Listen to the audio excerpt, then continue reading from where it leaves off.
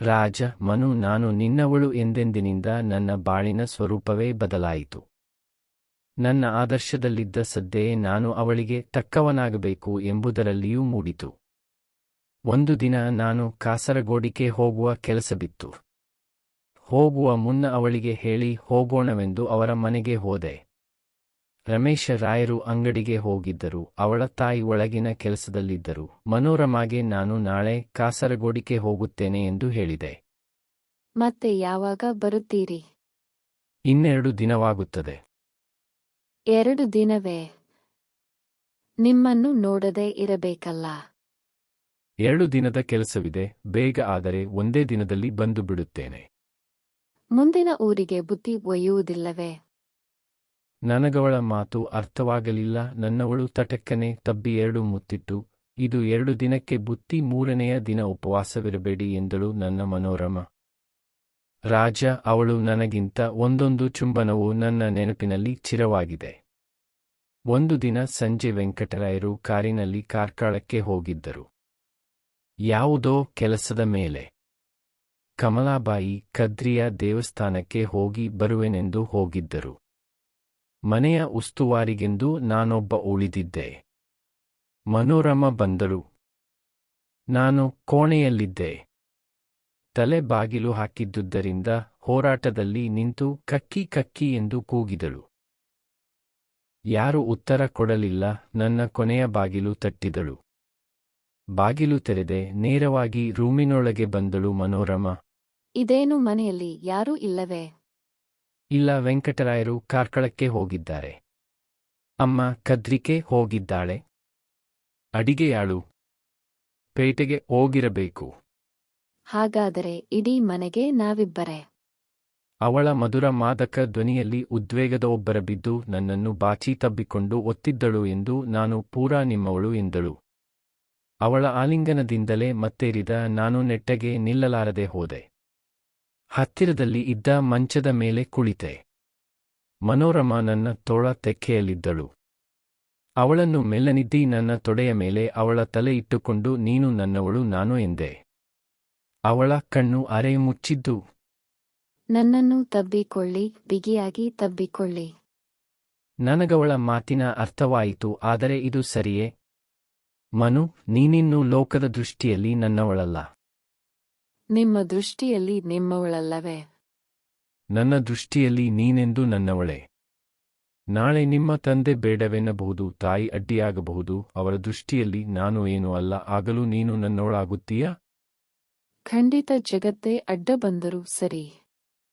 ಹಾಗಾದರೆ ಈಗಲೇ ನಮ್ಮ ನಿರ್ಧಾರವನ್ನೇಕೆ ಅವರಿಗೆ ತಿಳಿಸಬಾರದು? ನನ್ನ ಓದು ಮುಗಿಯುವವರೆಗೂ ತಾಳಲಾರೀರ. ಆಮೇಲೆ? ಒಪ್ಪಿದರೆ ಸರಿ. ಇಲ್ಲವಾದರೆ ನಿಮ್ಮ ಬಳಿ 2 ಟಿಕೆಟ್ಗೆ ಹಣವಿರುವುದಿಲ್ಲವೇ? ಆದ್ದರಿಂದ ಅದುವರೆಗೂ ಯಾರಿಗೂ ಈ ವಿಷಯ ತಿಳಿಸಬೇಡಿ. ತಿಳಿಸಿದರೆ ಮತ್ತೆ ನಿಮ್ಮ ಮುಖ ನೋಡುವುದಿಲ್ಲ. ಅಷ್ಟು ದಿನ ನಿಮ್ಮ ನಾಟ್ಯಾಭ್ಯಾಸ, ಹಣ ಗಳಿಸುವ ಪ್ರಯತ್ನ. ಒಂದು ವೇಳೆ ನಾವೆಲ್ಲರೂ ಹೋಗಬೇಕಾದರೆ ಹಣ ಬೇಡವೇ? ಅದಕ್ಕೂ ಕಾಕನ ಕೇಳುತ್ತೀರೇನು? ಬರೀ ಕಲ್ಪನಾ ಜೀವಿಗಳು ನೀವು. ನಾಳೆ ನನ್ನ ಹೊಟ್ಟೆಗೆ ಬರೀ ಗಾಳಿ ತುಂಬಿರೋವೇನು? ನಿನಗೆ ಅನ್ನ ಹಾಕಲು ನನಗೆ ಯೋಗ್ಯತೆ ಇಲ್ಲವೇ? ಮನು, ಈ ಗಳಿಗೆಯೇ ಅಭಾರ ಹೊರಲು ಸಿದ್ಧ. ನನಗೆ ಬರೀ ಅನ್ನವೇ ಸಾಲದು. ಸೀರೆ ಬೇಕು, ಬಟ್ಟೆ ಬೇಕು, ಒಡವೆ ಬೇಕು, ಇದ್ದರೆ ತಿರುಗಲು ಕಾರು ಬೇಕು, ಇರಲು ಒಳ್ಳೆ ಮನೆ ಬೇಕು. ಹಾಗಾದರೆ ಈ ಬಡವನನ್ನೇ ಪ್ರೀತಿಸಿದೆ ಮನು? ಬಡವ ಅದೃಷ್ಟವನ್ನಾದರೂ ತಂದು ಕೊಡುವ ಪ್ರಯತ್ನ ಮಾಡಲೆಂದು ಕನಸು ಕಾಣುತ್ತಾ ಕೂತರೆ ಬಡವ ಶ್ರೀಮಂತನಾಗುತ್ತಾನೆ ಎಂತ ಹಸು ಮಕ್ಕಳು ನೀವು. ನಿಮ್ಮನ್ನು ಕಟ್ಟಿಕೊಂಡು ನಾನು ಏನೆಲ್ಲ ಕಷ್ಟಪಡಬೇಕು? ಈಗ 3-4 ತಿಂಗಳು ಸುಖವಾಗಿರಲು ಬೇಡವೆನ್ನುತ್ತೀರಾ? ಇದೇನೇ ನಿನ್ನ ಪ್ರೀತಿ? ಇಷ್ಟು ದಿನ ನಿಮಗೆ ಹಣದ ಬಡತನವಿದೆ ಎಂದಿದ್ದೆ. ಈ ದಿನ ಮುತ್ತಿನದು ಬಡತನವಿದೆ ಎಂದು ಗೊತ್ತಾಯಿತು. ಎಷ್ಟು ಒತ್ತಾಯಿತು ಹೇಳಿ? ಅವಳ ಧ್ವನಿಯಲ್ಲಿ ಕಾತುರತೆ ಇತ್ತು. ಅವಳನ್ನು ಪಕ್ಕದಲ್ಲಿ ತಬ್ಬಿ ಮಲಗಿಸಿ ಕೊಂಡು ಹೇಳಿದೆ. ಮನು, ನೀನೆಂದು ನನ್ನವಳು ದೇವಸಾಕ್ಷಿಯಾಗಿ ಇದ್ದ ಕಾವುದು ಭಂಗ ಬಾರದಿರಲಿ. ನಾನು ಕೇಳುವುದು ಅದೇ ಎಂದಳು. ನನ್ನ ತಲೆಯನ್ನು ಎದೆಗೆ ತಬ್ಬಿಕೊಂಡು ಅಂದು ನಾವು ಇಬ್ಬರೂ ಒಂದಾದೆವು. ಅದುವರೆಗೂ ಹಣದತ್ತ ಅಷ್ಟು ಗಮನ ಕೊಡದ ನಾನು ನಂದಿನಿಂದ ಹಣದತ್ತ ಗಮನ ಕೊಡಲಾರಂಭಿಸಿದೆ. ಒಂದು ತಿಂಗಳಿನುವುದರಲ್ಲಿ ತಿಂಗಳಿಗೆ 150 ರೂಪಾಯಿಗಳು ಬರುವ ವಿದ್ಯಾರ್ಥಿಗಳು ಸಿಕ್ಕಿದರು. ಅದರೊಂದಿಗೆ ನಾನು ನನ್ನ ಅಭ್ಯಾಸದ ಉನ್ನತಿಯತ್ತ ಗಮನ ಕೊಡುತ್ತಿದ್ದೆ. ಆಗಾಗ ಅವಳೊಂದಿಗೆ ಸಿನಿಮಾಕ್ಕೆ ಹೋಗುತ್ತಿದ್ದೆ. ಅವಕಾಶ ದೊರೆತರೆ ಕಡಲ ಕಡೆಗೂ ಮತ್ತೆಲ್ಲಿಗಾದರೂ ಹೋಗಿ ಸುತ್ತಾಡಿಕೊಂಡು ಬರುತ್ತಿದ್ದೆವು. ಮನೋರಮಾ ನಮ್ಮ ಮನೆಗೆ ಆಗಾಗ ಬರುತ್ತಿದ್ದರು. ನಾನು ಅವರ ಮನೆಗೆ ವಿಶೇಷವಾಗಿ ಹೋಗುತ್ತಿರಲಿಲ್ಲ. ಶ್ರೀಮಂತ ಆಧುನಿಕ ರೀತಿಯ ಜನ ಅವರು. ನನ್ನನ್ನು ಕಂಡರೆ ಉದಾರತನದ ಧೋರಣೆ ತೋರುತ್ತಿದ್ದರು. ನನಗದನ್ನು ಕಂಡರೆ ಆಗುತ್ತಿರಲಿಲ್ಲ. ಒಂದೆರಡು ಬಾರಿ ಅವಳ ಮುಂದು ಅವಿಚಾರ ಮಾತನಾಡಿದ್ದೆ. ಅವಳು ನಕ್ಕು ಅವರಿಂದ ನಿಮಗಾಗಬೇಕಾದುದ್ದೇನು, ನನಗಾಗಿ ಅಲ್ಲವೇ ಬರುವುದು ಎನ್ನುತ್ತಿದ್ದಳು.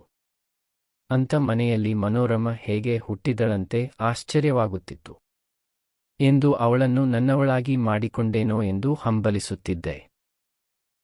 ಮೊದಲು ಮನೋರಮೆಯೊಂದಿಗೆ ವಿವಾಹವಾದ ನಂತರ ಸಾಗರಿ ಸ್ವರ ನಾಟ್ಯನಾಟಕದೊಂದಿಗೆ ಕಲಾ ಕೇಂದ್ರವನ್ನು ಆರಂಭಿಸಿ ನಂತರ ಮನೋರಮೆಯೊಂದಿಗೆ ಊರಿಗೆ ಹೋಗುವುದು. ಆ ಬಳಿಕ ನಾನು ಮತ್ತು ನಾಟ್ಯಕಲಾ ಕೇಂದ್ರ ಇಂದು ನನ್ನ ಬಾಳಿನ ಕಾರ್ಯಕ್ರಮವನ್ನು ನಿರ್ಧರಿಸಿಬಿಟ್ಟೆ. ನನ್ನ ಬಾಳಿನ ಬಳ್ಳಿ ಚಿಗುರಿ ದಾಂಗೋಡಿ ಇಡುತ್ತಿದ್ದ ಕಾಲದಲ್ಲಿ ಒಮ್ಮೆ 8-10 ದಿನಗಳಾದರೂ ಮನೋರಮೆ ದರ್ಶನವಾಗಲಿಲ್ಲ. ಅವಳ ಮುಖವಿಲ್ಲ, ನಗುವಿಲ್ಲ, ಪರಿಮಳದ ಗಾಳಿ ಇಲ್ಲ, ಚಂಬರದ ಭಾಗ್ಯವಿಲ್ಲ. ನಾನೇ ಒಂದು ದಿನ ಅವರ ಮನೆಗೆ ಹೋದೆ. ಯಾರು ನೆಂಟರೊಂದಿಗೆ ಹೊರಗೆ ಹೋಗಿರುವುದಾಗಿ ತಿಳಿದು ಬಂದಿತ್ತು. ಮತ್ತೊಂದು ದಿನ ನಾನು ಕಡಲ ಕಡೆಯಿಂದ ಹಿಂದಿರುತ್ತಿದ್ದಾಗ ಹಂಪನ ಕಟ್ಟೆಯಲ್ಲಿ ಮನೋರಮಾ ಯಾರೊಂದಿಗೂ ಕಾರಲ್ಲಿ ಕುಳಿತು ಹೋಗುತ್ತಿದ್ದು ಕಂಡಿದ್ದು. ಆದರೆ ನಮ್ಮ ಮನೆಯ ಕಡೆ ಬರಲಿಲ್ಲ. ನನಗಂತೂ ಅವಳನ್ನು ಕಾಣದೆ ಊಟ, ತಿಂಡಿ, ನಿದ್ರೆ, ನಾಟ್ಯ ಯಾವುದೂ ಬೇಡವಾಗಿತ್ತು.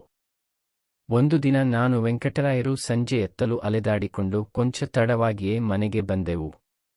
ಬಾಗಿಲಿನಲ್ಲಿ ರಮೇಶ್ ರಾಯರ ಕಾರು ನಿಂತಿತ್ತು. ಮನೋರಮಾ ಬಂದಿರಬಹುದು ಎಂದು ನನ್ನ ಎದೆ ಹೀಗಿತ್ತು. ಸಹದಿಂದ ಮನೆ ಹೊಕ್ಕು ನೇರವಾಗಿ ನಡುಮನೆಗೆ ಹೋದೆ.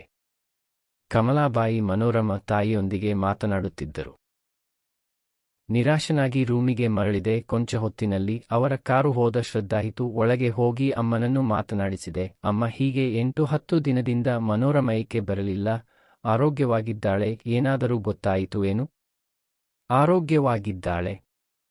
ಹಾಗಾದರೆ ಮನೆಯ ಕಡೆ ಏಕೆ ಬರಲಿಲ್ಲ? ಬರುವಂತೆ ಸಮಯವೇ ಇದು? ಕಮಲಾಬಾಯಿ ನಗುತ್ತಾ ಕೇಳಿದರು. ಏಕೆ?